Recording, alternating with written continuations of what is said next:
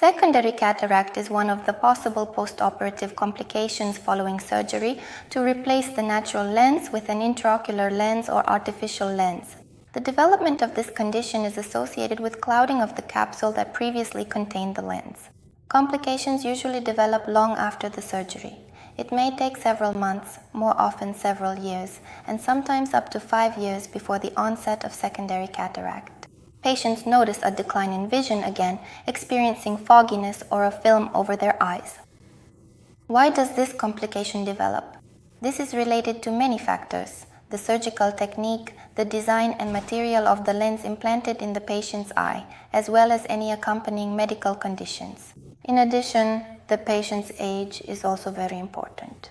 If a patient was initially satisfied with their vision after surgery, but later returns complaining of fogginess and gradual vision deterioration, secondary cataract can be suspected. Currently, secondary cataracts are treated with a laser. This is a YAG laser. The procedure is called YAG capsulotomy for secondary cataract. The essence of the procedure is to use a laser to create an opening in the clouded posterior capsule of the lens. This is done under local drop anesthesia on an outpatient basis and takes only a few minutes. After the procedure, the patient immediately sees noticeably better. Due to pupil dilation and floating capsule fragments, vision is, of course, not yet perfectly clear. These capsule fragments may float around for several days, and the patient may be bothered by floaters in their field of vision. Gradually, these symptoms subside. Another possible complication of secondary cataract laser capsulotomy is increased intraocular pressure, so the patient uses eye drops provided after the procedure and must definitely return after some time to have their intraocular pressure measured.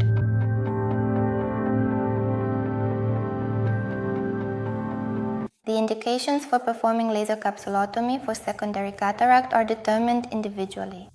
This depends on the timing of the lens replacement surgery, the degree of posterior capsule opacification, the presence of concomitant diseases, the state of intraocular pressure, the clarity of the ocular media, and so on. The main indication for laser capsulotomy is a decrease in vision by at least 3 lines. However, in some cases, even minor opacities of the capsule can cause patient complaints. In such cases, we also perform laser capsulotomy